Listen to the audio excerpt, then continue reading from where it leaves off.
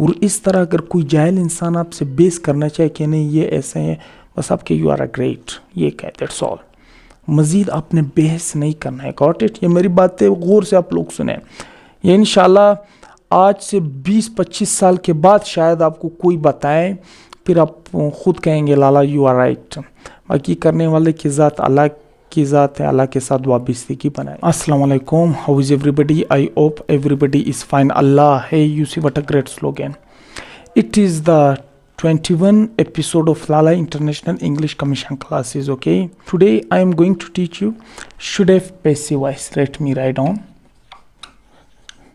should have passive voice. Okay, passive voice. So here should have been will come. Active voice में should have आ रहा था, तो passive voice में been का हम लोग इजाफा कर लेंगे। पैसिव वॉइस बनाने के लिए सबसे पहले ऑब्जेक्ट आएगा। नंबर 2 हेल्पिंग वर्ब हमारे पास है should have been.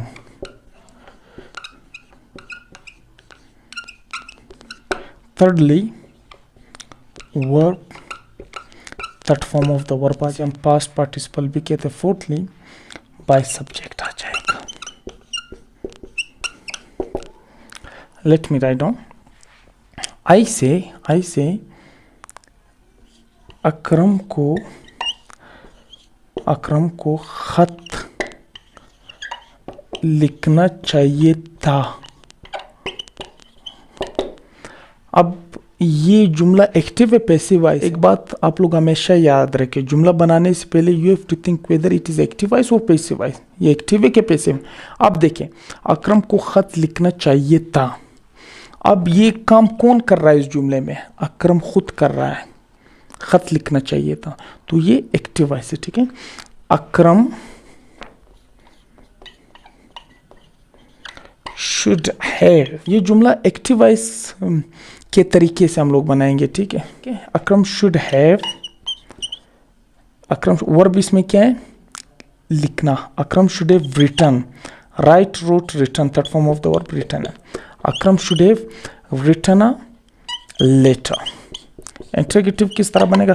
Should Akram have written a letter, Akram should not have written a letter, should Akram not have written a letter. If we change this sentence into passive voice, so look at the sentence. I say, what will come first? Letter will goes as a subject. A letter should have been written by Akram. Should a letter have been written by Akram? A letter should not have been written by Akram. Should a letter not have been written by Akram? अब और जुमले बनाते हैं, आप लोग भी साथ साथ बनाते जाएं। मैं कहता हूं उनको बाजुमायत के साथ नमाज पढ़ना चाहिए था। They should have offered the prayer with congregation. Should they have offered the prayer with congregation? They should not have offered the prayer with congregation. Should they not have offered the prayer with congregation? Change into passive voice. Congregation should have been offered by them. Should congregation have been offered by them? Congregation should not have been offered by them. Should congregation not have been offered by them? I say Nawaz Sharif को जमानत पर रिहा कर देना चाहिए था। इसका मतलब है कि जमानत पर रिहा नहीं, क्या Nawaz Sharif should have released on bail. Should Nawaz Sharif have released on bail? Nawaz Sharif should not have released on bail. Should Nawaz Sharif not have released on bail? Change into passive voice. Bail should have been released by Nawaz Sharif. Should bail have been released by Nawaz Sharif? Bail should not have been released by Nawaz Sharif. Should bail not have been released by Nawaz Sharif? ये हुआ कि active voice हमने passive voice में change किया। अब direct passive voice को आप देखें, उनको दावत देना चाहिए था। They should have been invited. Should they have been invited? They should not have been invited.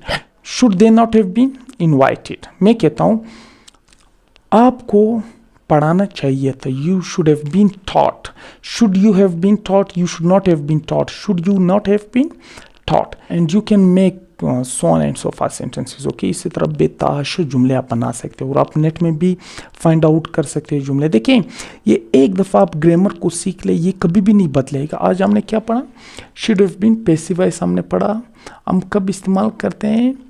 When the work is done on subject, जब भी सब्जेक्ट के ऊपर काम होगा वो एक पैसिव वॉइस कहलाएगा, वो जुमला पैसिव वॉइस कहलाएगा। जब सब्जेक्ट खुद काम करेगा वो जुमला एक्टिव वॉइस होगा। तो पैसिव वॉइस बनाने के लिए ऑब्जेक्ट है, helping verb should have been लगेगा, वर्ब की third form of the verb आएगा, फिर बाय सब्जेक्ट आएगा। जैसे कि मैंने जुमले बनाए और इसी तरह आप लोग 2 जुमले बना भी सकते हैं और कमेंट भी आप लोग कर सकते हैं।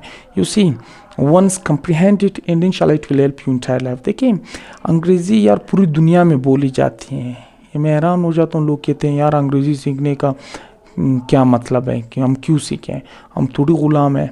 लोग कहते हैं कि यार मैं थोड़ी ग़ुलाम हूँ, मैंने ग़ुलामी नहीं करनी। यार इसमें ग़ुलामी की क्या बात है, आप सीख लें। आपकी जो कॉम्पिटिटिव एग्ज़ाम है, आप जब कहीं जाते हैं, जब आप कल फॉरेन कंट्री आप जाएंगे, वहाँ आप वो कहते हैं जिनको अंग्रेज़ी नहीं आती वो क्या कहलाएंगे वहाँ, वो बिल्कुल आप कह सकते हैं अंधा होगा। कि देखिए ये एक वे है यार, देखिए इल्म है जहाँ से आपको चीज़ें सीखने के लिए मिले, आप सीखें, ये बड़ी बात है। और इस तरह अगर कोई जाहिल इंसान आपसे बेस करना चाहे कि नहीं ये ऐसे है, बस आपके यू आर अ ग्रेट, ये कह दैट्स ऑल। मज़ीद आपने बहस नहीं करना है, गॉट इट। ये मेरी बातें गौर से आप लोग सुने, ये इंशाल्लाह आज से 20-25 साल के बाद शायद आपको कोई बताए, फिर आप खुद कहेंगे लाला यू आर राइट। बाकी करने वाले की ज़ात अल्लाह की ज़ात है, अल्लाह के साथ वाबस्तगी बनाए, इंशाल्लाह ये दुनिया आपके लिए जन्नत बनेगी। Thank you, see you, please like comment and share the video.